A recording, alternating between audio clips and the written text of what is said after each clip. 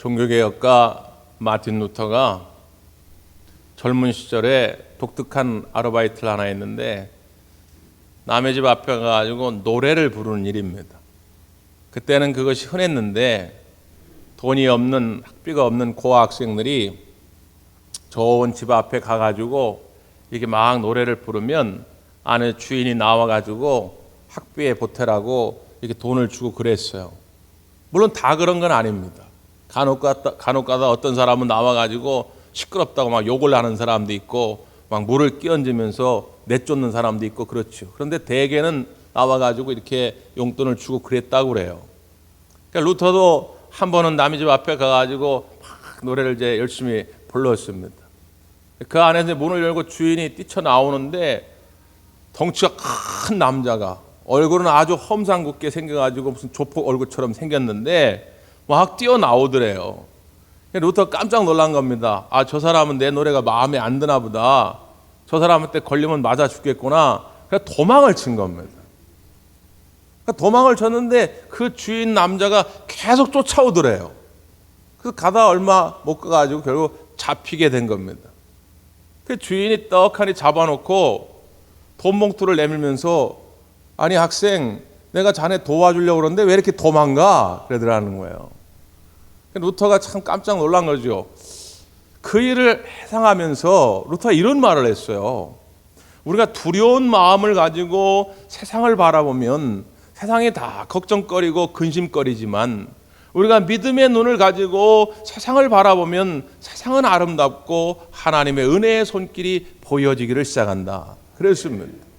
같은 상황이지만 겉으로 드러나 보이는 건 나를 괴롭힐 것 같지만 그가 나에게 큰 도움이 되었던 것처럼 지금 처한 상황이 나한테 위기가 되고 나한테 큰 해가 될 것 같지만 하나님의 은혜의 손길을 볼 수만 있다면 얼마든지 그 상황은 변화할 수 있죠. 보통 우리가 프로야구 경기를 하다 보면 우리 팀이 큰 점수 차로 이길 때가 있어요. 그럼 끝까지 이 승리를 유지하기 위해서 중간에 구원 투수를 바꾸는데 그 바뀌어진 투수들을 뭐라고 부르냐면 필승조, 승리조 이렇게 부릅니다. 그러니까 우리의 승리를 확정시켜주는 투수들이라 그런 얘기죠.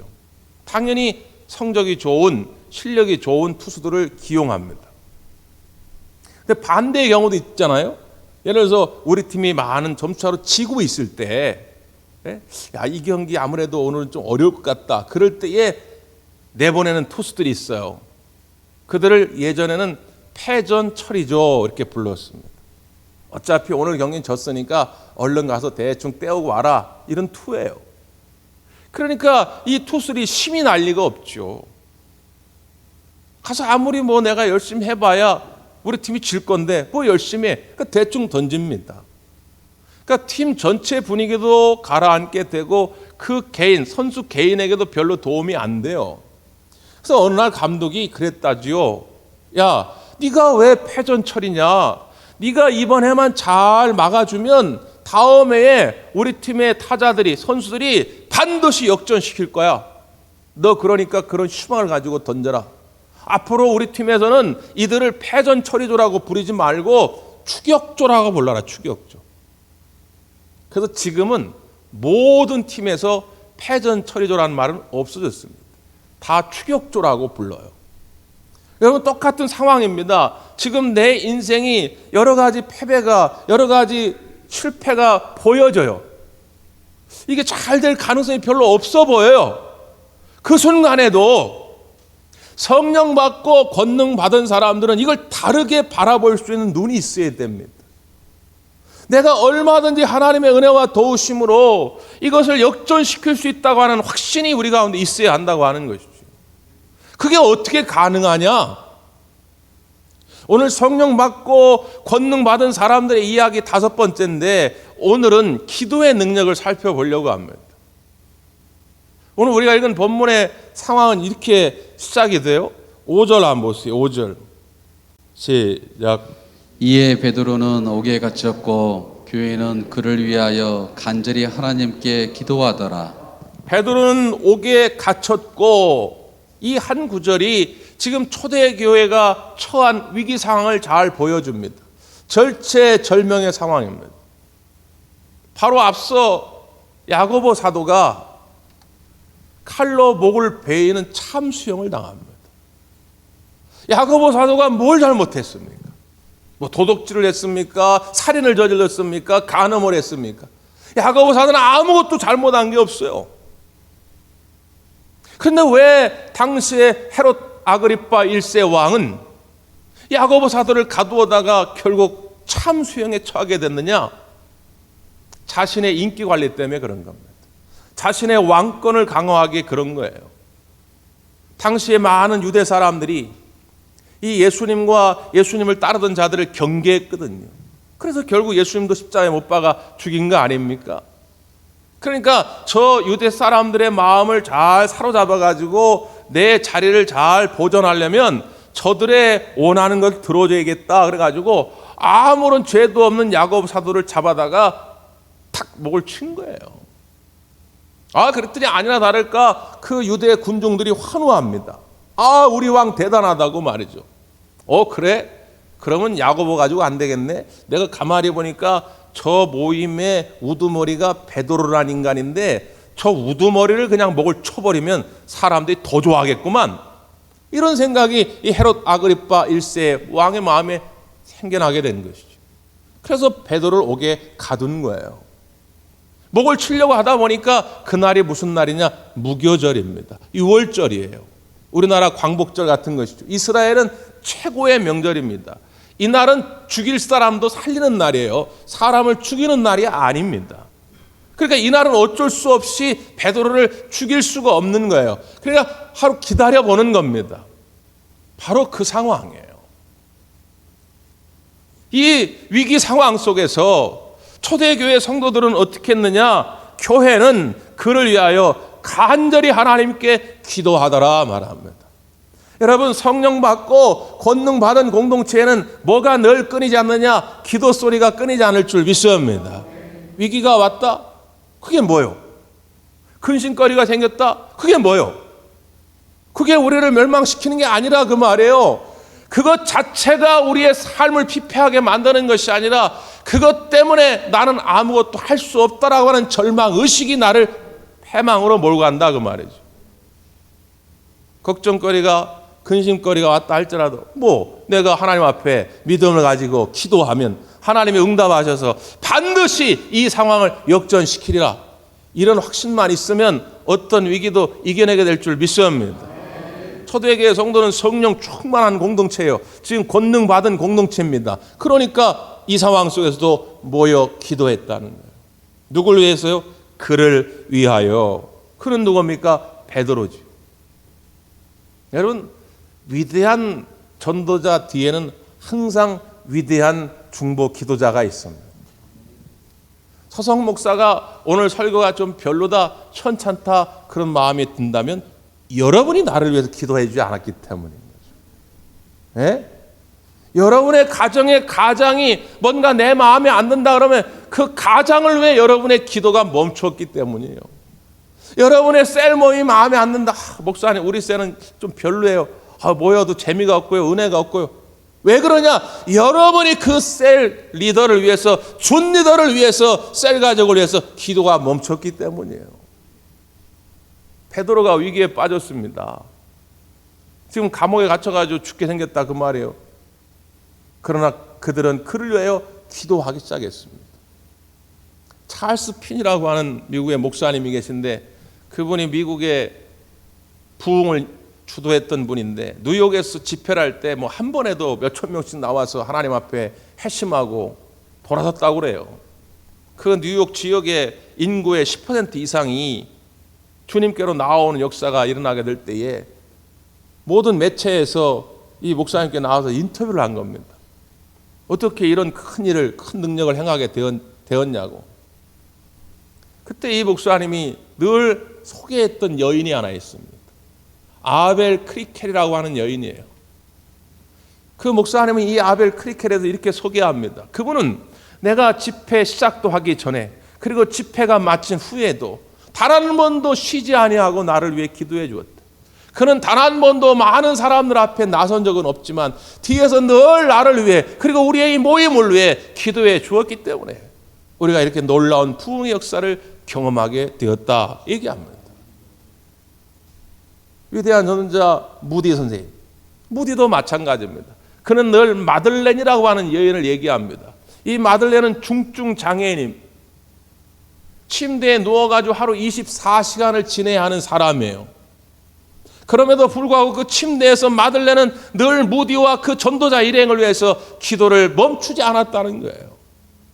우리의 부흥의 역사는 그 여인의 기도가 있었기 때문이다. 무디는 늘 그런 이야기를 합니다. 사랑하는 성도 여러분, 여러분의 셀 리더를 위해서 기도해 주세요. 우리의 셀 모임에 놀라운 부흥의 역사가 일어날 줄 믿습니다. 여러분의 선교회장을 위해서 기도해 주세요.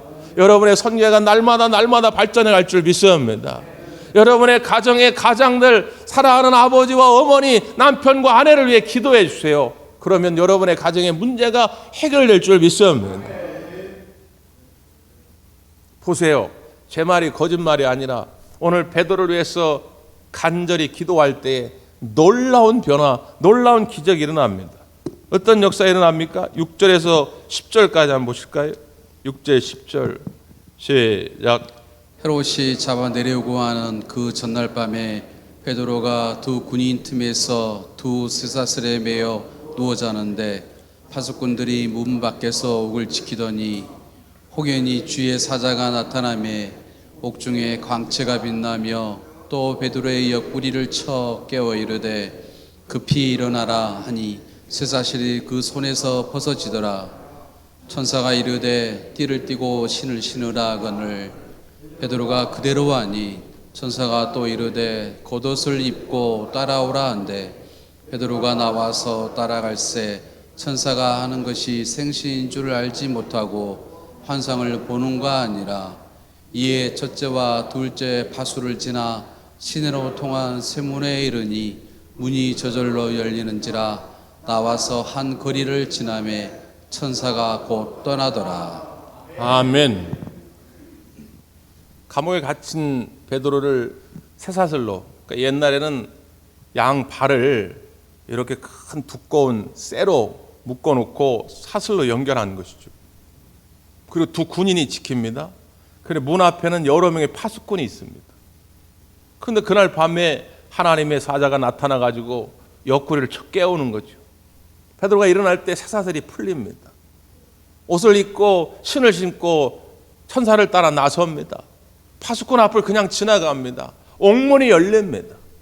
놀라운 기적이 일어나는 것이죠. 여러분 이 사실이 믿어지십니까? 이거 봐요. 아멘을 2%밖에 안 하네요. 이거 커트하고 다 이게 전 세계 사람들이 보는데 대광교 성도들이 이렇게 믿음이 없어가지고 여러분 이 사실이 일어나는 것을 믿으십니까? 네. 이렇게 편집 좀 해주세요, 전사님. 네. 근데 여러분 마음을 이해 못하는 건 아닙니다. 왜? 베드로도 이해를 못했습니까? 베드로도 여기 뭐라고 그랬습니까? 이게 생시인 줄 모르고 환상인 줄 알았더라. 베드로도 이게 꿈인 줄 알았다는 거예요. 아니 어떻게 이런 일이 일어나죠? 여러분 어떻게 이런 일이 일어났습니까? 교회가 베드로를 위하여 간절히 기도하였다. 여러분 간절히 기도했다는 게 무슨 의미입니까? 예? 간절히 기도한다는 게 뭐예요? 응답될 때까지 한다는 거예요. 베드로가 이 감옥에서 나올 때까지 기도하는 거예요. 우리가 흔히 임계점이라는 단어를 쓰죠. 이말림자의 경계견자, 물리학적 용어인데 예를 들어 물이 액체가 기체로 바뀌는 그 지점 말이죠. 99도까지는 절대로 기체로 안 바뀝니다. 100도씨가 돼야 액체가 기체로 되잖아요. 그 100도씨를 우리가 임계점이라고 그러죠. 증기기관차가 우리 어르신들 알잖아요. 옛날에는 증기기관차가 다 다녔잖아요.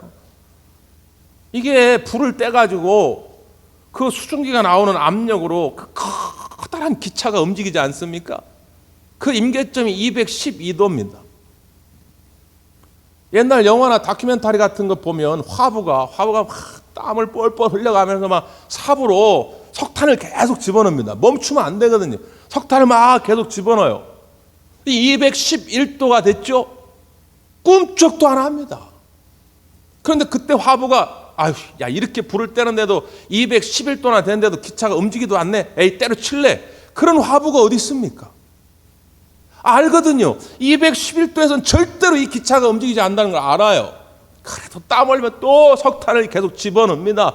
그래서 212도가 되면 빵 그러면서 그 커다란 기차가 움직이기 시작하면서 달려가는 거예요.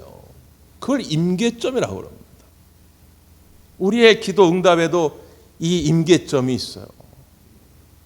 아, 이만큼 했는데도 안 되네. 아직 임계점이 도달하지 않은 거예요. 거기서 멈추어 버리면 아무것도 아닙니다. 결국 기도 응답을 많이 받았다고 간증하는 사람들, 나는 성령 받고 권능 받은 삶을 살아가고 있다고 간증하는 분들과 그렇지 않은 사람들의 차이점 이 한 가지예요. 간증할 수 있는 사람은 그 임계점을 넘은 거예요. 그렇지 않고 아유 나는 뭐 예수 믿어봐야 기도해봐야 난 별로 그렇게 능력 있는 삶을 못 살았다. 그건 왜냐하면 임계점 앞에서 포기했기 때문입니다. 아프리카에서 가장 못 사는 나라 가운데 하나가 마다가스카르입니다. 마다가스카르는 학교 시설도 제대로 되어 있지 않고 뭐 병원 시설도 제대로 되어 있지 않고 복지 시스템도 거의 없어요. 여기에 강순신이라고 하는 선교사가 지금까지 오랜 시간 사역하고 있습니다.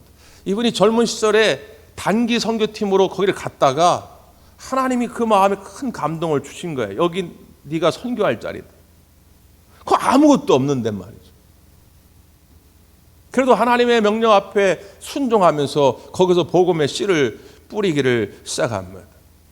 그러니까 지금은 이제 교회뿐 아니라 병원도 세워지고 학교와 타가수도 세워지고 1996년부터 지금까지 오랜 시간 동안 큰 열매를 거두고 있어요. 근데 이분의 간증을 이렇게 보니까 이분이 학창시절에는 굉장히 문제였다는 거예요. 심지어 가출을 했는데 2년 동안 집에를 한 번 안 들어왔습니다. 학생이 말이에요. 학교도 안 가고 집에도 2년 동안 안 들어왔대요, 자기는.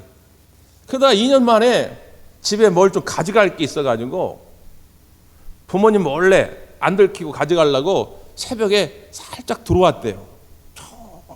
조심조심. 당연히 부모님은 주무실 줄 알고. 그런데 안방에서 자기의 이름을 놓고 기도하는 아버지의 기도 소리를 듣습니다.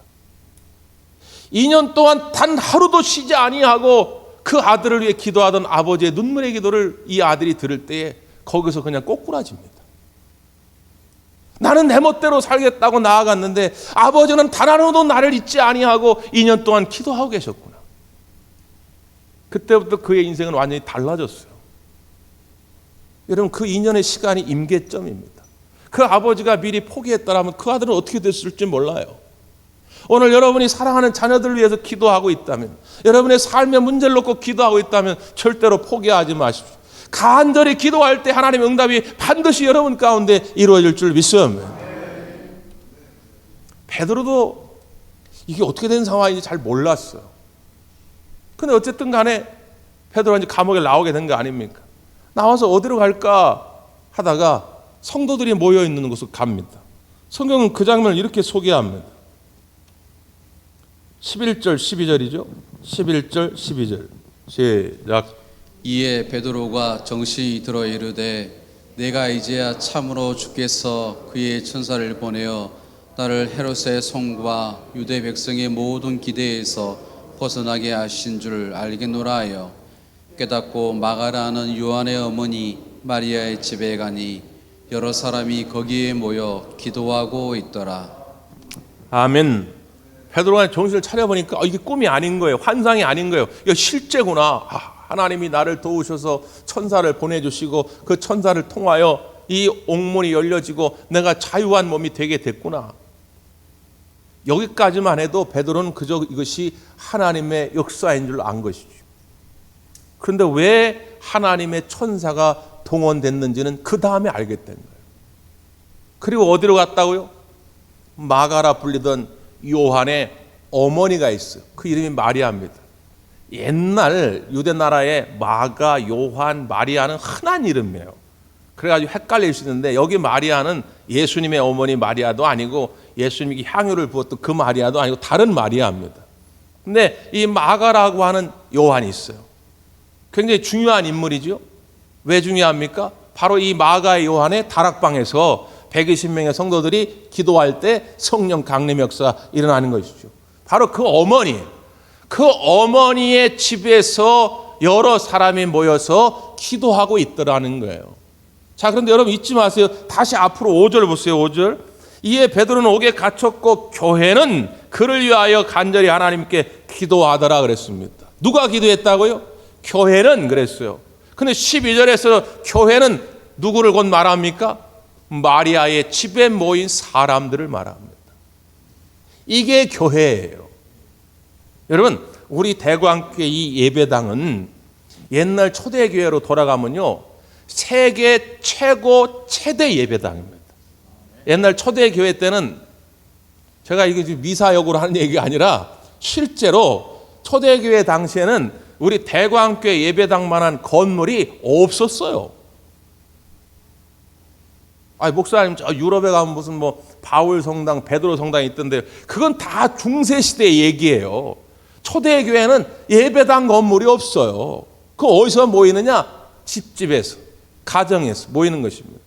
심지어 로마의 박해가 심할 때는 땅을 파고 동굴로 들어가서, 땅 속으로 들어가서 예배를 드린 거예요. 그런데 313년 로마의 국교로 기독교가 인정된 다음에 이제는 지상으로 나오기 시작하면서 많은 예배당이 세워지고, 여러분 아는 그런 유럽의 어마어마한 교회들이 세워지죠. 근데 문제는 뭐냐? 사탄이 그 틈을 놓치지 아니하고 우리에게 혼란을 심기 시작한 것입니다.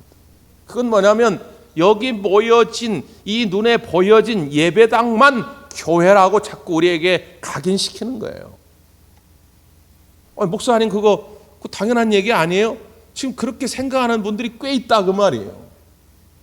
이 눈에 보이는 건물, 이 예배당만 교회가 아닙니다. 이건 교회의 한 부분일 뿐이에요. 교회는 무엇이 교회라고요? 예수 그리스도의 이름을 고백하는 자들의 모임, 그 공동체가 교회입니다. 마태복음 18장 19절 이하의 말씀에 뭐라고 예수님 말씀합니까? 너희 두 사람이 합심하여 땅에서 무엇이든지 간구하면 하늘에 계신 내 아버지께서 그들을 위하여 이루게 하시느니라. 두세 사람이 내 이름으로 모인 곳에 나도 그들 중에 있느니라. 이게 교회입니다. 그러면 여러분이 셀이라고 하는 이름으로 모여지는 그 셀 모임이 교회입니까? 아닙니까? 교회입니다. 그 인식 하나를 바꾸기 위해서 속회라고 하는 오랜 전통을 깨고 이름을 제가 셀 모임으로 바꾼 겁니다. 그 인식 하나를 바꾸기 위해서.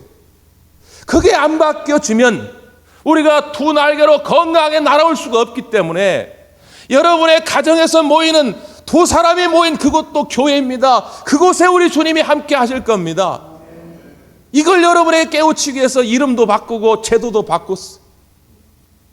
근데 여전히 이 인식이 안 바뀌어요. 나는 교회 가가지고 예배 드렸다고. 난 셀모임 이런 거, 선교회 이런 거, 나는 그런 거 안 한다고. 유치해가지고 모여가지고 밥 먹고 뭐 교제 나누고 커피 마시고 모여봐자 맨날 다른 사람 뒷담 하나 까고, 난 그런 거 안 한다고. 마치 매우 성경적인 것처럼, 매우 신앙적인 것처럼 그런 얘기를 서슴없이 한다는 거예요.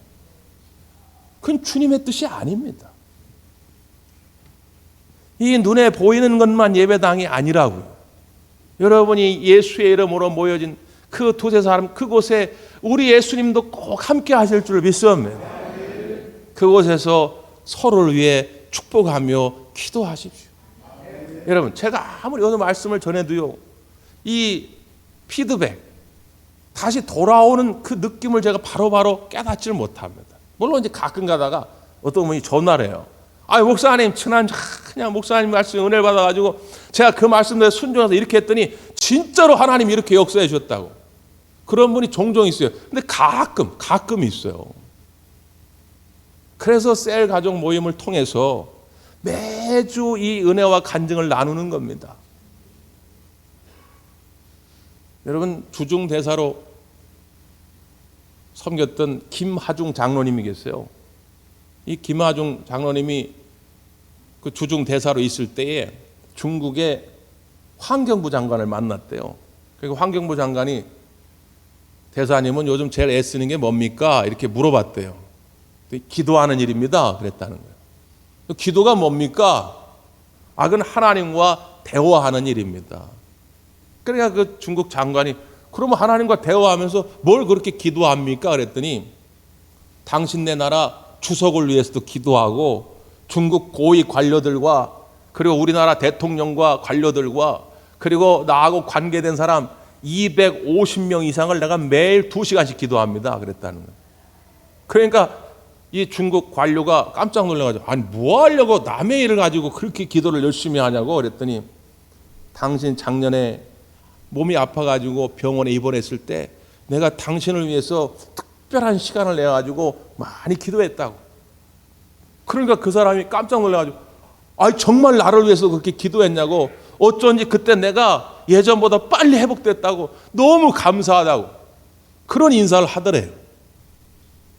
저는 이 놀라운 간증과 고백과 감사가 우리 셀 모임 가운데 매주 일어나기를 간절히 바랍니다. 그렇게 될 거예요. 여러분 포기하지 마시고 부끄러워하지도 마시고 여러분의 셀 가족들과 편안하게 기도의 제목을 나누십시오. 그리고 그 모인 시간 요즘 바쁘니까 오랜 못하겠죠. 저도 이해합니다. 뭐 한 2, 30분이라도 정말 눈물 어린 마음으로 여러분 셀 가족을 해서 기도하십시오. 그러면 그 다음 주에 반드시 하나님의 응답의 열매가 우리 가운데 열리게 될 줄 믿습니다. 기도하겠습니다.